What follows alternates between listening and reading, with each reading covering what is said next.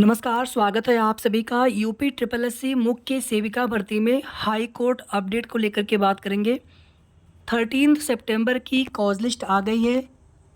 आज 12/429 वाला case listed था सुनवाई के लिए कोर्ट नंबर 5 में, लेकिन बेंच में जज साहब के उपस्थित न होने की वजह से कोर्ट नॉट इन सेशन था। फिर कुछ मामले जो सीरियल नंबर में ऊपर लगे हुए थे, फ्रेश के लगभग सभी मामले कोर्ट नंबर 6 में ट्रांसफ़र हो गए थे, लेकिन वहाँ पर भी हियरिंग नहीं हो पाई। हालांकि हमने कम्युनिटी पोस्ट कर दिया था बहुत पहले ही कि आज सुनवाई नहीं हो पाएगी।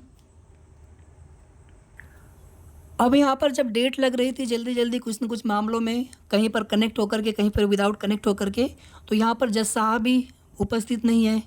तो कुल मिलाकर के एक अनफॉर्चुनेटली कहिए या फिर दुर्भाग्य कहिए आपकी भर्ती में आप लोगों के साथ में कि जब स्टे हटने के लिए जब पूरी कोशिश चल रही थी, जल्दी डेट नहीं लग रही थी, अब डेट लग रही है, तो यहाँ पर अब विभाग या फिर जज साहब उपस्थित नहीं है। विभाग अगर सुनवाई कराना चाहे तो दूसरे केस में जब ट्रांसफ़र केस होते हैं तो वहाँ पर भी सुनवाई कराई जा सकती है, और जो मामले अर्जेंट होते हैं उनकी सुनवाई होती है। ऐसा नहीं कि जो केस ट्रांसफ़र होते हैं सुनवाई नहीं होती, सभी मामलों की सुनवाई नहीं हो पाती, लेकिन जो मामले उसमें आवश्यक होते हैं उन पर जज साहब सुनते हैं उस केस को। तो आज की सुनवाई में हियरिंग नहीं हो पाई है। 11 सितंबर के लिए कोर्ट नंबर 5 में सीरियल नंबर 8 पर फ्रेश में लगा था मामला, लेकिन जज साहब के उपस्थित न होने की वजह से सुनवाई नहीं हो सकी है। बाकी आज की सुनवाई का कोई भी कोर्ट ऑर्डर आने की संभावना कम है। केस स्टेटस में यहाँ पर आपको पास ओवर लिखा हुआ दिख सकता है, और अगर सिर्फ केस टेकअप होता है या फिर कनेक्ट जैसी चीज़ें होती हैं तो उसका कोर्ट ऑर्डर भी आना चाहिए। तो जो भी जैसी भी अपडेट होगी आप सभी को पता चल जाएगा। बाकी आज सुनवाई हो नहीं पाई है। इसके बाद देखिए, ऑनरेबल जज जे मुनीर सर इस समय छुट्टी पर हैं, लीव पर हैं, और अभी आगे भी छुट्टी पर रहेंगे कई दिनों के लिए।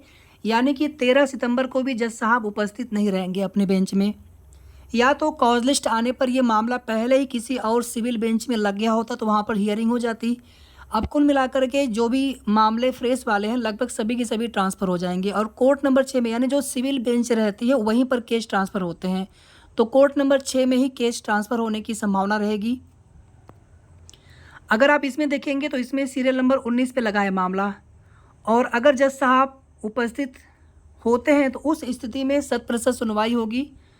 और इसमें आप देखेंगे जिस केस की वजह से स्टे लगा हुआ है वो वाला केस भी कनेक्टेड है, कुछ और भी केसेस कनेक्टेड है। जो केस आज लगा था 12/429 वाला, उसके कनेक्ट न होने की वजह से ही उसकी आज डेट लग गई थी। अगर आज सुनवाई होती भी तो फिर उसमें चूंकि स्टे था नहीं उस केस में, तो वो केस बस सीधे सीधे आकर के कनेक्ट के लिए यहाँ पर लग जाता, बस इतना होता। तो आज की सुनवाई से वैसे भी बहुत ज़्यादा उम्मीदें नहीं थी।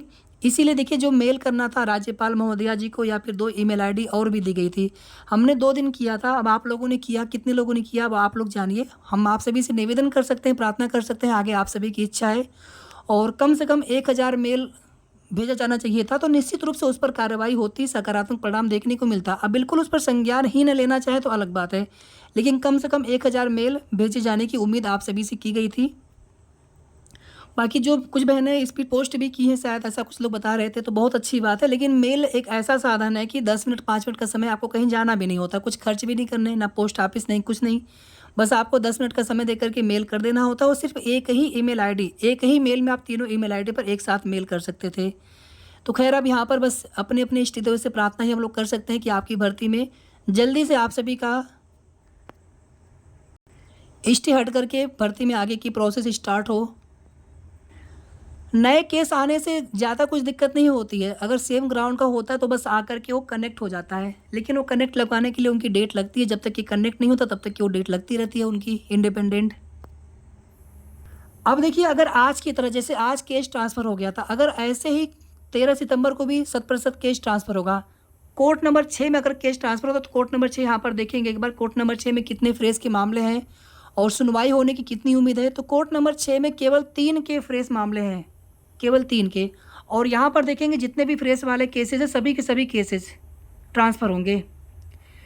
57 केसेज हैं, सभी के सभी मामले 100% ट्रांसफ़र होंगे, और 19वें नंबर पर आपका केस लगा हुआ है आपकी भर्ती से संबंधित, तो ये केस 100% सुना जाएगा, बशर्ते विभाग स्टे हटवाने के लिए तत्पर हो, मजबूत पैरवी करने के लिए कोशिश करें। सारी उम्मीदें उन्हीं लोगों से है, अब देखते हैं वो लोग क्या करते हैं। बस हम लोग रिक्वेस्ट कर सकते हैं, निवेदन कर सकते हैं उन लोगों से। ये आज जब केस ट्रांसफ़र हुआ है, आप यहाँ पर देख सकते हैं कोर्ट नंबर 6 में केस ट्रांसफ़र हुआ था। एडिशनल के 60 मामले और फ्रेश के सभी मामले, और 13 तारीख के लिए 67 मामले हैं। तो वापस से कोर्ट नंबर 5 का जब नोट सेटिंग होगी तो फिर कुल मिलाकर के सभी के सभी केसेस कोर्ट नंबर 6 में ही ट्रांसफ़र होने की उम्मीद रहेगी। अगर यहाँ पे आप सभी कोर्ट नंबर 6 की कॉज लिस्ट देखेंगे तो ऑनरेबल जस्टिस सरल श्रीवास्तव, केवल यहाँ पर 3 फ्रेश केसेज हैं।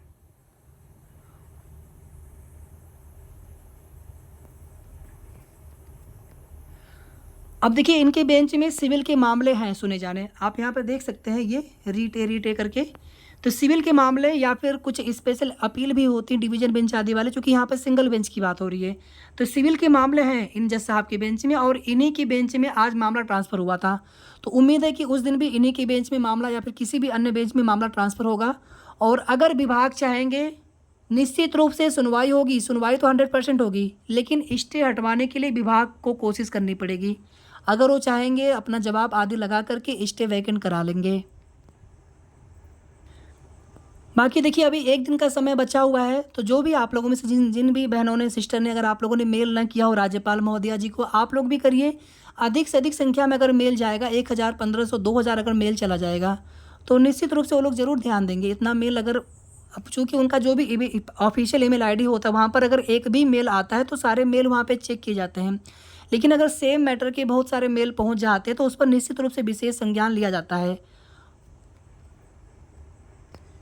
कर दीजिएगा आप सभी मेल, बाकी हम दोबारा से कल फिर करेंगे मेल सुबह। आप लोग भी कर दीजिएगा जितने भी आप लोग कर पाएँ।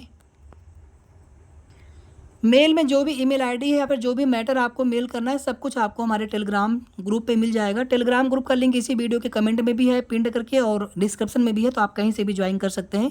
तो वहाँ पे आपको सब कुछ मिल जाएगा, वहाँ से आप कॉपी करके सिर्फ आपको पेस्ट करना रहेगा मेल करने के लिए। तो प्लीज़ आप लोग 1 दिन और कर लीजिए, 10 मिनट का केवल समय आपको देना है। सुबह के समय आप सभी करिएगा, लगभग समय सभी का समान रहे, 9-10 बजे के आसपास तक सभी लोग कर दीजिए। तो सभी का मेल एक साथ जाएगा तो बिल्कुल वो मामला हाईलाइट होगा कि इतने सारे मेल क्यों आए हैं, किस भर्ती से रिलेटेड है या किस मामले से संबंधित है। तो उस पर राज्यपाल महोदया जी और जो 2 ईमेल आईडी और भी दी गई है, तो वहाँ पर अगर मामले को संज्ञान में लिया जाता है तो उसके बाद उसका सकारात्मक परिणाम भी आप सभी को ज़रूर देखने को मिलेगा। एक कमेंट आया था किसी का और हमने रिप्लाई भी दिया था, अगर आप सभी जानना चाहें। देखिए जो फुल मार्क्स दिया गया था, फुल मार्क्स का रूल ये होता है कि जिस क्वेश्चन पे फुल मार्क्स दिया गया है, अगर वो क्वेश्चन आपका पहले से सही था तो आपको कोई फ़ायदा नहीं मिलता। अगर आपने वो क्वेश्चन छोड़ दिया था तो उस स्थिति में आपको 1 अंक का फ़ायदा मिलता है। और अगर आपको आपका वो वाला क्वेश्चन गलत रहा होगा, जिस क्वेश्चन पे फुल मार्क्स दिया गया है, अगर वो क्वेश्चन आपका गलत रहा होगा तो उस स्थिति में आपको 1.25 मार्क्स का फ़ायदा मिलता है। यानी कि क्वेश्चन पहले से सही होने पर अगर उसी क्वेश्चन पे फुल मार्क्स मिला है तो कोई फ़ायदा नहीं। अगर आपने वो क्वेश्चन किया ही नहीं था, उस पे फुल मार्क्स मिला है, तो आप सभी को फ़ायदा मिलता है, आपने क्वेश्चन किए हो चाहे ना किए हों। ठीक है, तो क्वेश्चन ना किए होने की स्थिति में भी आपको 1 नंबर मिलेगा। और अगर आपका वो क्वेश्चन गलत होता है जिस पर फुल मार्क्स मिला है, तो आपको तब जा करके 1.25 मार्क्स का फ़ायदा मिलता है, क्योंकि क्वेश्चन गलत था तो आपने नेगेटिव मार्किंग वाले नंबर भी घटाए होंगे, तो फिर वो नंबर आपको अब जोड़ने पड़ेंगे।